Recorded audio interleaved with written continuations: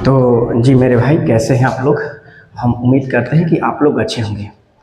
आज मेरे भाई एक खूब सुंदर सा हिंदी का चैप्टर पढ़ेंगे, जिस चैप्टर का नाम है संज्ञा। बात किया जाए इसका एग्जाम में, तो ये हमेशा 2 से 3 नंबर की पूछी जाती है किसी भी बोर्ड के एग्जाम में। जैसे 10th में भी और 12th में भी ये दोनों चैप्टर पढ़ना है। दोनों में मेरे भाई 2 से 3 नंबर के पूछी जाती है हर साल। आने वाले समय 2026, 27, 28 जो भी होगा मेरे भाई, उसमें ये पूछी जाएगी। ठीक है, तो आइए सबसे पहले हम लोग देखते हैं कि ये संज्ञा क्या है। ठीक है, तो संज्ञा पहले परिभाषा को देखते हैं मेरे भाई कि संज्ञा क्या है। ये है संज्ञा। संज्ञा संज्ञा का परिभाषा है कि किसी व्यक्ति, वस्तु और स्थान के नाम को हम लोग क्या बोलते हैं? संज्ञा बोलते हैं। किसी किसी किसी व्यक्ति, वस्तु तथा स्थान के नाम को संज्ञा कहते हैं।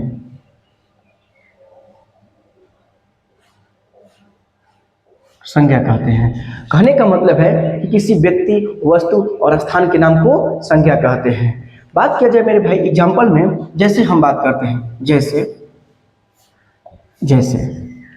बात किया जाए कि व्यक्ति, जैसे कोई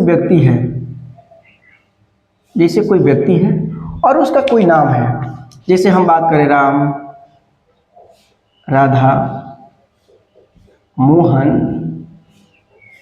मोहन, सीता, बहुत सारा नाम है कि राम, राधा, मोहन, सीता, गीता, लखन, दुनिया के जो कुछ भी व्यक्ति का नाम होगा वो सब के सब क्या कहलाएगी? तो संज्ञा कहलाएगी। आते हैं मेरे भाई कि वस्तु में जैसे हम कहते हैं कि जैसे ये कलम है तो कलम, टेबल, कुर्सी,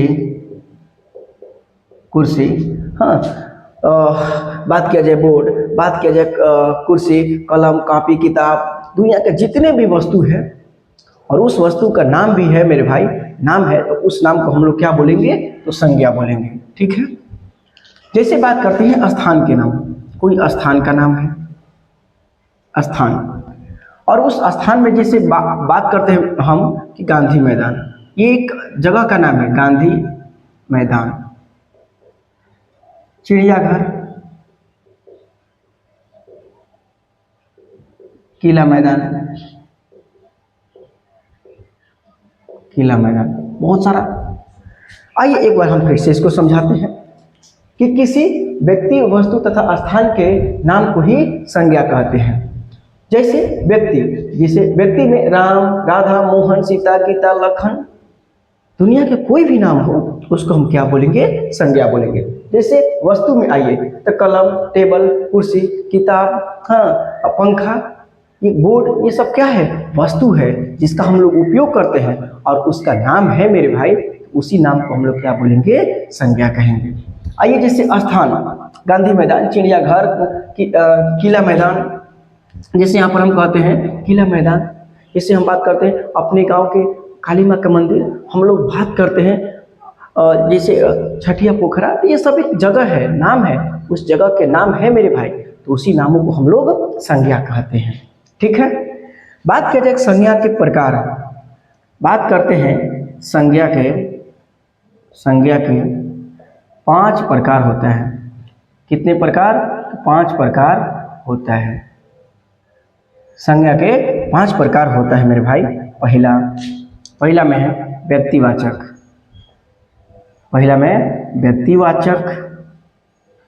संज्ञा। दूसरा है मेरे भाई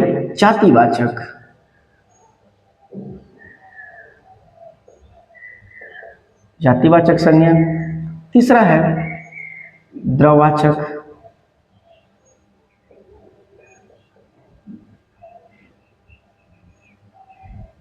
और चौथा है समूहवाचक।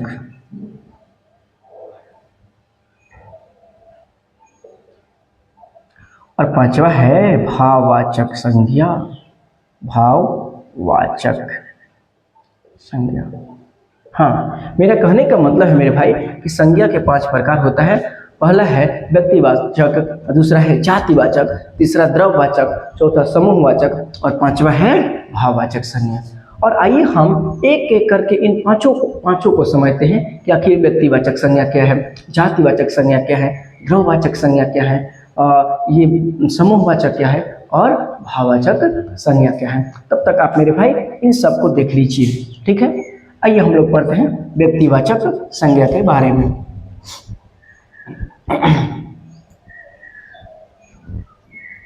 कि व्यक्तिवाचक संज्ञा क्या है।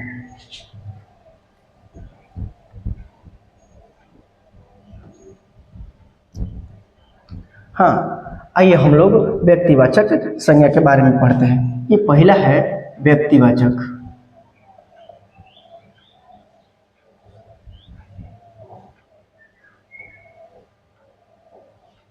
व्यक्तिवाचक संज्ञा, इसका परिभाषा है, मेरे पहले परिभाषा लिखते हैं कि किसी खास व्यक्ति, वस्तु तथा स्थान के नाम को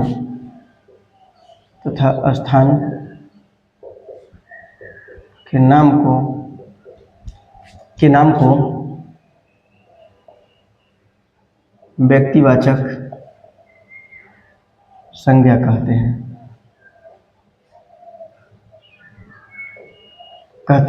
व्यक्तिवाचक संज्ञा मेरे भाई किसी खास व्यक्ति, वस्तु तथा स्थान के नाम को ही हम व्यक्तिवाचक संज्ञा कहते हैं। जैसे मेरे भाई, जैसे हम बात करें कि कोई है व्यक्ति, जैसे राधा, राज, हाँ, दुनिया का कोई भी नाम है उन व्यक्ति का, जैसे हम कहें मोदी जी, ये एक नाम है, मोदी जी ये एक नाम है, ये क्या होगा, ये व्यक्तिवाचक संज्ञा होगा। जैसे हम बात करते हैं मेरे भाई, जैसे हम बात करें कि टेबल, ये एक नाम है।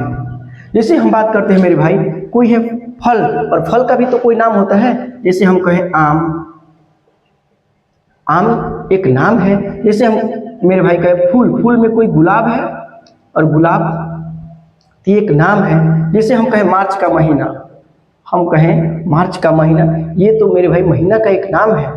जैसे हम बात करें सोमवार,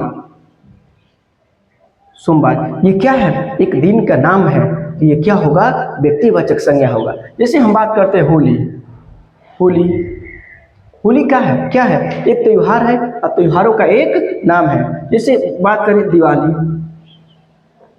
जैसे बात करें दिवाली, तो ये क्या होगा, व्यक्तिवाचक संज्ञा होगा। मेरा कहने का मतलब क्या था कि किसी खास व्यक्ति, वस्तु तथा स्थान के नाम को ही हम व्यक्तिवाचक संज्ञा बोलते हैं। जैसे ये टेबल है, ये आम है, ये गुलाब है, ये मार्च का महीना है, ये होली, दिवाली, सोमवार, ईद, दशहरा, छठ, ये सब क्या है मेरे भाई, ये त्योहारों का नाम है।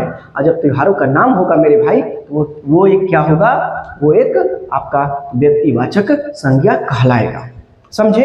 तो आप लोग इसको देखिए, फिर हम जातिवाचक संज्ञा के बारे में बतलाते हैं, ठीक है। दूसरा हम बताते हैं जातिवाचक संज्ञा।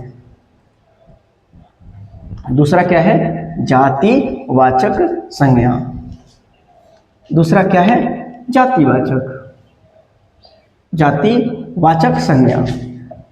जातिवाचक संज्ञा का मतलब क्या होता है, जिसमें एक ही जाति का बोध हो मेरे भाई, जिसमें एक ही जाति का बोध हो, एक का कहा जाए तो पूरे जाति का बोध करा दे, पूरे ही श्रेणी में रख दे मेरे भाई, तो उसी को हम लोग जातिवाचक संज्ञा कहते हैं। जैसे मेरे भाई हम परिभाषा लिखते हैं कि जिससे एक ही जाति का बोध हो, एक ही जाति का बोध हो, जिसे एक ही जाति का बोध हो, उसे हम जातिवाचक संज्ञा कहते हैं। उसे जातिवाचक संज्ञा कहते हैं। जैसे हम बात करें मेरे भाई कि जैसे हम बात करें, जैसे में हम करें, जैसे हम बातें करते हैं, जैसे कोई लड़का कहते हैं, लड़का कहने का मतलब है कि पूरा एक ही जाति का बोध हो रहा है। हम किसी लड़का के बारे में कहें कि लड़का ईमानदार होता है, इसका मतलब ये हुआ कि दुनिया में जितने लड़के हैं सभी के सभी क्या होते हैं, ईमानदार होते हैं। लड़का, लड़की, हम लड़की की बात करें कि लड़की के अंदर सबसे ज़्यादा ममता होता है। इसका मतलब ये हुआ कि दुनिया में जितनी भी लड़कियां हैं उसके अंदर ममता ज़्यादा होती है। लड़कियां हमेशा आंसू गिरा देती है, इसका मतलब दुनिया के जितनी भी लड़कियां हैं मेरे भाई वो आंसुएं गिराने लगती हैं। लड़की, इसे हम कहें शिक्षक ईमानदार होते हैं। तो ये बात सही है कि दुनिया के जितने भी शिक्षक होंगे उन्हीं का बातें किया जा रहा है कि वो सभी शिक्षक क्या होते हैं, तो मेहनती होते हैं, ईमानदार होते हैं। हम बात करें फूल मेरे भाई खुशबूदार होता है, खुशबू से भरा हुआ होता है। इसका मतलब ये है कि दुनिया का जितना भी फूल है और वो क्या है, तो खुशबूदार है। जैसे हम कहें फल, तो मेरे भाई एक फल का नाम नहीं है, यहाँ पर जितने फल हैं उन सभी का बात किया जा रहा है कि फल मीठा होता है। समझे? जैसे हम कहें कि डॉक्टर, तो क्या किसी एक डॉक्टर की बात हो रहा है कि दुनिया के जितने भी डॉक्टर हैं सबका बात होगा कि डॉक्टर सबसे ज़्यादा पैसा पर ध्यान देते हैं। इसका मतलब ये हुआ कि जितने भी दुनिया के डॉक्टर हैं वो सब के सब कहाँ ध्यान देते हैं, तो पैसा पर ध्यान देते हैं। तो इससे साफ हुआ मेरे भाई कि किसी एक को कहिए और पूरे जाति का बोध करा दे, उसे ही हम जातिवाचक संज्ञा कहते हैं। किसी एक को कहे और पूरे जाति का बोध करा दे, उसे ही हम क्या कहते हैं मेरे भाई, जातिवाचक संज्ञा कहते हैं। आइए हम फिर से एक बार देखते हैं द्रववाचक संज्ञा। द्रववाचक संज्ञा को देखते हैं, द्रववाचक संज्ञा को देखते हैं। तीसरा में है द्रववाचक संज्ञा। द्रववाचक संज्ञा, जिसको नापा या तौला जा सके, जिसको नापा या तौला जा सके उसे ही हम द्रववाचक संज्ञा कहते हैं।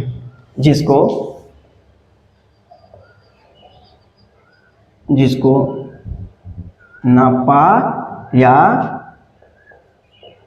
तौला जा सके उसे द्रववाचक संज्ञा कहते हैं। उसे द्रववाचक संज्ञा कहते हैं। मेरा कहने का मतलब है जिसको नापा या तौला जा सके उसे ही हम क्या कहते हैं मेरे भाई, द्रववाचक संज्ञा कहते हैं। जैसे में हम एग्जांपल देते हैं, जैसे यहाँ पर हम कहते हैं तेल, पानी, दूध, ये क्या है? जैसे तेल, पानी, दूध, ये क्या है मेरे भाई, इसको नापते हैं और नापते हैं, जिसको हम नापेंगे मेरे भाई वही द्रववाचक संज्ञा कहलाएगा। जैसे हम कपड़ा को क्या करते हैं, फीता से मापते हैं। जैसे चावल, इसको हम तौलते हैं। जैसे हम कहें आटा, इसको हम लोग क्या करते हैं, तो तौलते हैं। तो जिसको नापा या तौला जा सके उसे हम द्रववाचक संज्ञा कहते हैं। जैसे तेल, पानी, दूध, कपड़ा, चावल, आटा, ये सब क्या है, द्रववाचक संज्ञा है। आइए हम लोग समूहवाचक संज्ञा के बारे में पढ़ते हैं। आप लोग इसको देख लीजिए। हाँ, आइए हम किसके बारे में पढ़ते हैं, तो समूहवाचक। तो समूहवाचक संज्ञा उसी को कहते हैं मेरे भाई जिसमें किसी एक समूह का बोध कराए, जिसमें मेरे भाई वो समूह का बोध कराए उसे हम लोग समूहवाचक संज्ञा कहते हैं। आइए परिभाषा देखते हैं।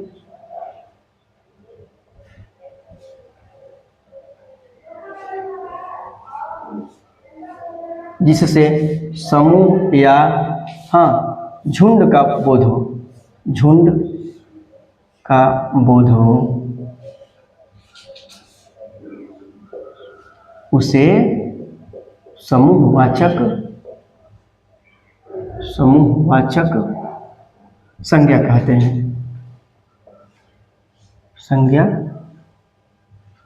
कहते हैं। मेरा कहने का मतलब क्या था कि जिससे समूह या झुंड का बोध हो उसे ही हम लोग समूहवाचक संज्ञा कहते हैं। जैसे बात किया जाए मेरे भाई, जैसे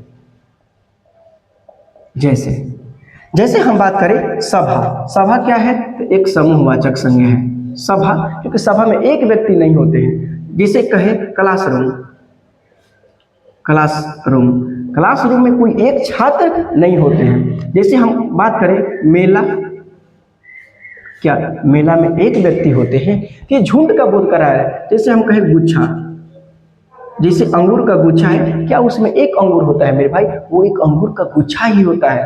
तो ये क्या है? एक झुंड का बोध करा रहा है। जिससे समूह या झुंड का बोध हो उसे हम क्या बोलते हैं? उसे हम लोग मेरे भाई समूहवाचक संज्ञा कहते हैं। जैसे सभा, क्लासरूम, मेला, गुच्छा, आंदोलन, ये सब क्या है? ये सब मेरे भाई समूहवाचक संज्ञा कहलाता है।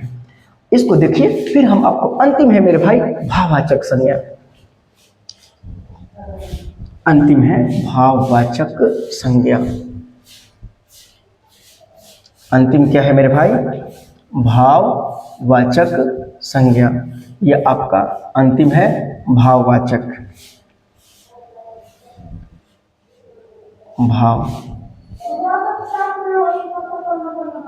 भाववाचक संज्ञा।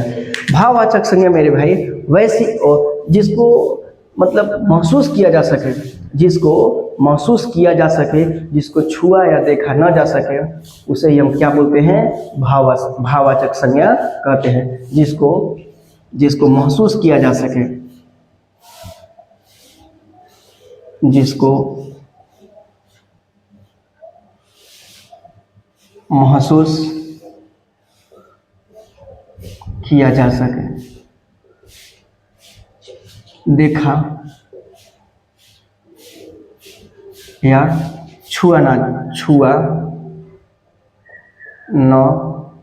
जा सके, उसे भाववाचक संज्ञा कहते हैं। भाववाचक संज्ञा कहते हैं। मेरा कहने का मतलब है कि जिसको महसूस किया जा सके, देखा या छुआ न जा सके, उसे हम क्या बोलते हैं? उसे भाववाचक संज्ञा कहते हैं। जैसे हम बात करें मेरे भाई, जैसे क्या आप हवा को देख सकते हैं? हवा को न तो आप देख सकते हैं, न तो आप छू सकते हैं। तो हवा क्या हुआ? एक भाववाचक संज्ञा हुआ। जैसे मीठा, मेरे भाई मीठा को आप देख नहीं सकते हैं, सिर्फ महसूस करते हैं कि ये मीठा है। जैसे मेरे भाई खट्टा, बताइए तो क्या खट्टा को आप देख सकते हैं या छू सकते हैं? ये सिर्फ महसूस करने वाली चीज़ है। जैसे हम कहते हैं ना कि प्यार, वह मुझसे प्यार करती है, मेरे भाई वो दिखाई नहीं देता है। एक बार हंस दी तो ऐसा महसूस हुआ मानो वह क्या करती है? तो वह प्यार करती है। तो यहाँ पर प्यार शब्द क्या हुआ मेरे भाई? आपका भाववाचक संज्ञा हुआ।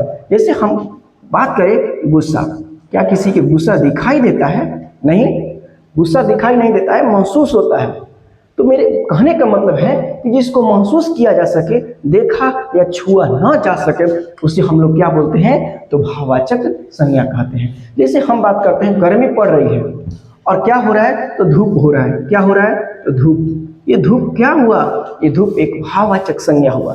कह रहे ना कि ठंडा पड़ रही है, तो ठंडा क्या हुआ? ठंडा एक क्या हुआ मेरे भाई? तो भाववाचक संज्ञा हुआ, क्योंकि ये महसूस किया जा रहा है, देखा या छुआ नहीं जा रहा है कि नहीं? तो एक बात किया जाए मेरे भाई, तो ये एग्जाम में हर साल पूछी जाती है। इससे 2 या 3 नंबर ऑब्जेक्टिव पूछा जाता है। हम एक बार फिर से कहते हैं कि किसी व्यक्ति, वस्तु और स्थान के नाम को संज्ञा कहते हैं। संज्ञा के 5 प्रकार होता है: व्यक्तिवाचक, जातिवाचक, समूहवाचक, द्रव्यवाचक और भाववाचक। व्यक्तिवाचक के मतलब हुआ मेरे भाई, इसमें किसी व्यक्ति, वस्तु और स्थान का बोध हो, उसे हम व्यक्तिवाचक संज्ञा कहेंगे। जैसे राम मोहन टेबल कुर्सी। जातिवाचक संज्ञा जिसमें एक ही जाति का बोध हो, जैसे मेरे भाई हम बात करें शिक्षक, दुनिया के सारे शिक्षक की बात होगा। लड़का तो दुनिया के सारे लड़के की बात होगा। कोई लड़की का नाम रखे, इसका मतलब ये पूरा दुनिया की लड़की की बात कही जाएगी। हम जैसे कहें द्रववाचक, जिसको नापा या तौला जा सके उसे हम लोग द्रववाचक संज्ञा कहेंगे, जैसे पानी, कपड़ा, तेल, आटा, चावल। उसके बाद समूहवाचक, जिसमें समूह का बोध हो उसे हम लोग समूहवाचक संज्ञा कहेंगे, जैसे मेरे भाई मेला, सेना, जैसे हम क्लासरूम, ये सभा, ये सब समूहवाचक होगा। लेकिन भाववाचक संज्ञा हम उसको कहते हैं जिसको महसूस किया जा सके, छुआ या देखा न जा सके, जैसे मेरे भाई हवा, हवा। उसके बाद मेरे भाई हम कहें प्यार, ठंडा, ये गर्मी, ये महसूस करने वाली चीज़ है। जिसको महसूस किया जा सके उसे क्या बोलेंगे? भाववाचक संज्ञा बोलेंगे। खट्टा, तो खट्टा को तो हम महसूस करें ना कि ये खट्टा लग रही है। तो आप लोग देख लीजिए, अगले बार हम लोग मेरे भाई सर्वनाम को एक एक चीज करके पढ़ेंगे, वो भी 2 से 3 नंबर हर साल एग्जाम में पूछी जाती है। ठीक है, तो आप लोग देखिए।